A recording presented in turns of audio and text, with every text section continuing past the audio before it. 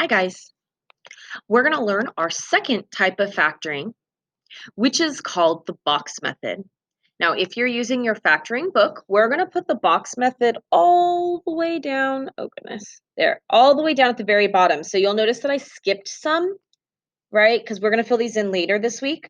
So put it all the way down here at the bottom, box method. And then over on the side, you're going to put the number 4. Now, the number is referring to how many terms need to be in the problem for you to be able to use this particular method. So for box method, we're going to use this when we see 4 terms in a question. And then for greatest common factor, remember we wrote the word all because greatest common factor can be done on any type of problem. It doesn't matter how big it is or anything like that. You can always try for a greatest common factor.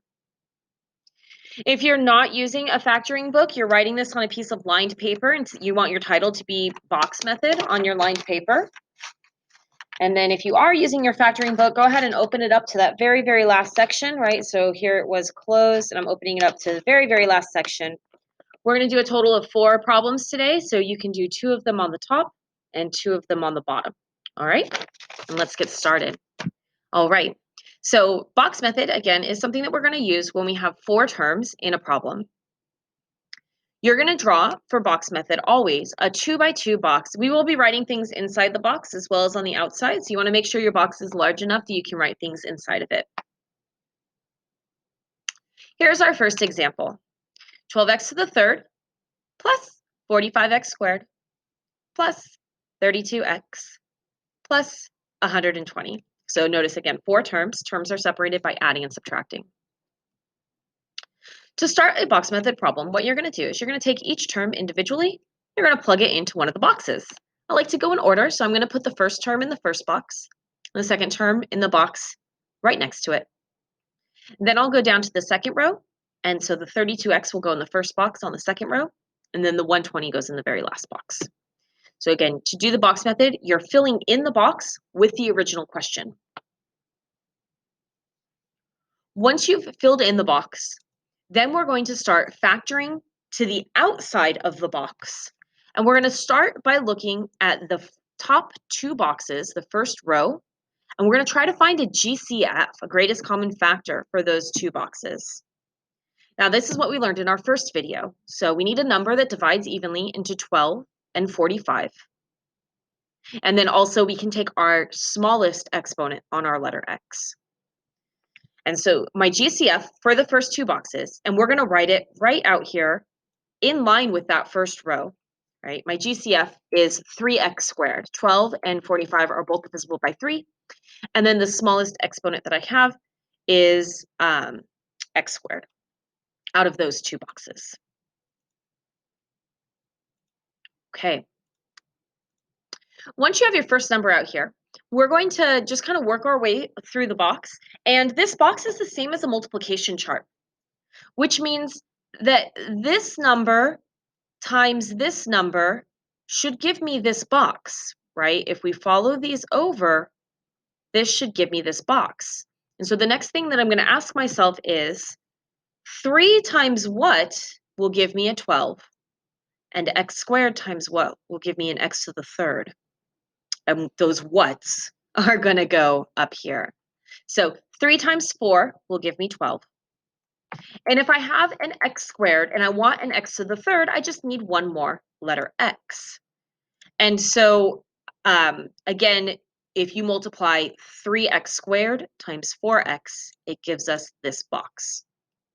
And we're just going to kind of work our way around the box to check and get all of these numbers on the outside is what we're going for.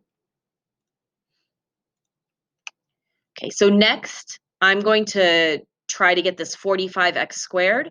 And so if I follow that out, it's this 3x squared times something up here. So we need to figure out 3 times what is 45. And if you don't know, you can just divide on your calculator. 45 divided by 3. And then I want an x squared, and I already have an x squared. So I will not be writing any x's up here. So I just got to figure out 3 times what is 45, and it's 3 times 15. So again, 3x squared times 15 will give me this 45x squared.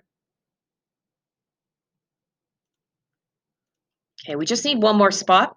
And so the next box that we're going to try to create is this 32x.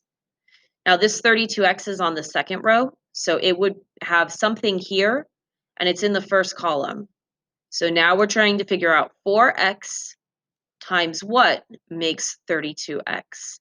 And again, I've already got the x with my 4, so I just need to figure out 4 times what is 32, and that is 4 times 8. So again, 8 times 4x gives me 32x. Now, at this point in time, we have found everything that we need to, but we should double check and just make sure that what we're doing is correct. So the way you can double check is you can do 8 times 15, and 8 times 15, if it equals 120, then we say we did good. And if it doesn't equal 120, then we made a mistake somewhere and we want to go back and fix it. So you can check on your calculator 8 times 15 and make sure it makes 120. All right. So if you remember, we took the original problem and put it in the box. And so the answer is going to be those things that we wrote on the outside. And each of those is going to get its own parentheses. So we're going to end up with 2 parentheses. And we're going to write them right next to each other because, again, the goal of factoring is to create a multiplication problem, to take a really long adding and subtracting problem and change it into a multiplication problem. And so the answer to this question, in no particular order, is 3x squared plus 8 in its own parentheses. And then that is being multiplied with 4x plus 15. And again, I got that from the sides. Each side gets its own parentheses. These numbers were positive, so we put a plus sign in between. And we write them right next to each other, which implies multiplication. So this is how you do the box method. That was example 1. Moving on to example 2, which again, you can write on the top up here. We can fit 1 and 2 up here, and then 3 and 4 down here.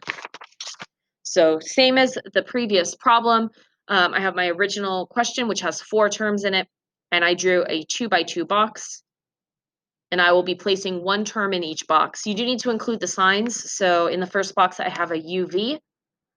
In the second box, I have a negative U. So make sure to put the negative sign in there. Going down to my second row, I have a negative 2V, and finally, I have a positive number 2. To start off, you're looking for the GCF from the top row. And since it's from the top row, we'll write it out here. So looking at those top 2 boxes, the only thing they have in common is a letter U.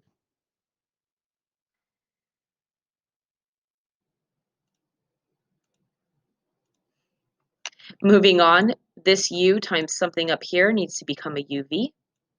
And so that something is V.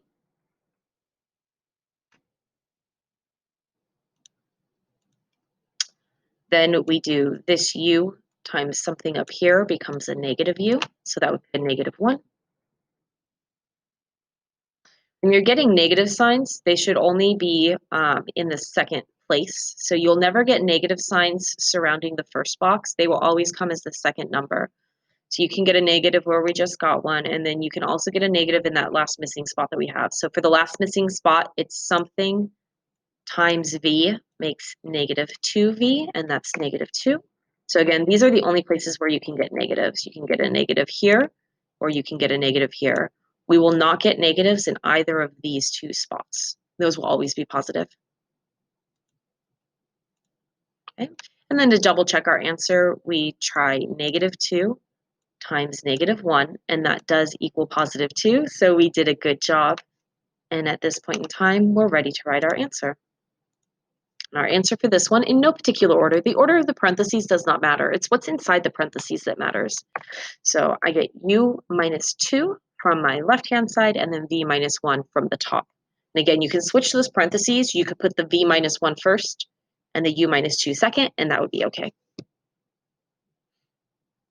Moving on to our third example, and this can go again on the bottom paper if you're using your factoring book, and you are just doing all of this on line paper if you didn't make a book. So hold on, wait for me. I'm going to put all the things in the box. AB, negative 2, negative 2B, and A.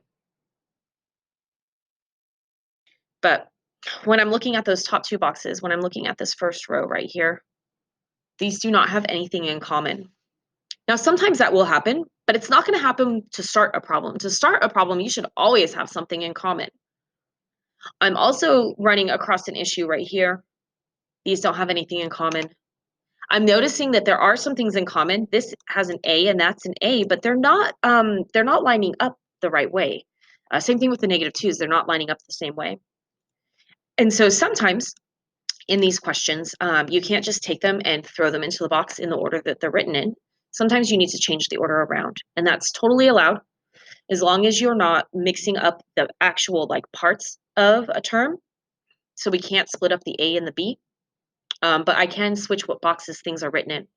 So what I'm going to do is I'm just going to switch the right-hand boxes so that my negative twos are lined up in the same row, and so that my A's are lined up in the same row. And my B's were already lined up. And so now all my like terms are lined up together, and now I can do this problem. From my first row, I can find a GCF of the letter A. Then I say A times B is AB. A times 1 is the letter A. B times negative 2 is negative 2B, and I double check. Negative 2 times 1 is negative 2, so I did a good job. So again, if you need to, you are allowed to switch the order around. Here's my final answer, again, in no particular order. It doesn't matter what order you write this in. Okay, guys, we are on our last example, example number 4. So again, this can be written on the bottom of the factoring book, or if you have lined paper, just write it on the lined paper. For this example, again, this one, I'm not going to change the order. I can really tell that I don't need to change the order because my exponents are in descending order. It's x to the third, x squared, x to the first, and no letter x. So I can just plug it in exactly how it is. You want to make sure that you're taking out the greatest common factor. So really look for that biggest number that both of these are divisible by. So if I'm looking at, right, we start with the top row. So 24 and 18 are both divisible by 6. And then I take the x squared. So 6x squared for the outside on that one. And then we work our way around. So 6x squared times something makes 24x to the third, and that would be 4x. 6x squared times something makes negative 18x squared, so that would be negative 3. Moving down to my second row, something times 4x makes 60x. And again, if you don't know that, just do 60 divided by 4 in your calculator, and it will tell you 15. And then as a really quick check, we make sure 15 times negative 3 does equal negative 45. So we did a good job. Now, wait, we're not quite ready to write the final answer for this question. This question's a little bit more involved than that. If you take a look at the left-hand side, 6x squared and 15, those have a common factor. Those have a GCF. And so sometimes you will have to do multiple factoring in a single problem. And this will happen on your homework tonight, so be on the lookout for it. Okay, so in this problem, I do need to factor out 6 and 15 are both divisible by 3. So I do need to factor out an extra 3. That GCF will go in the very front of the problem.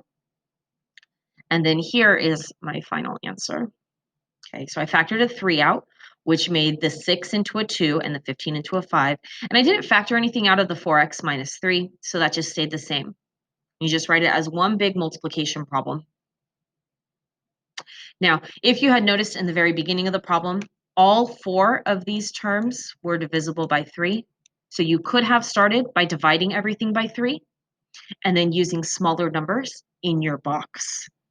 Or you can check for a GCF at the end of the problem. It doesn't matter where you find it, but you do need to find it if one exists.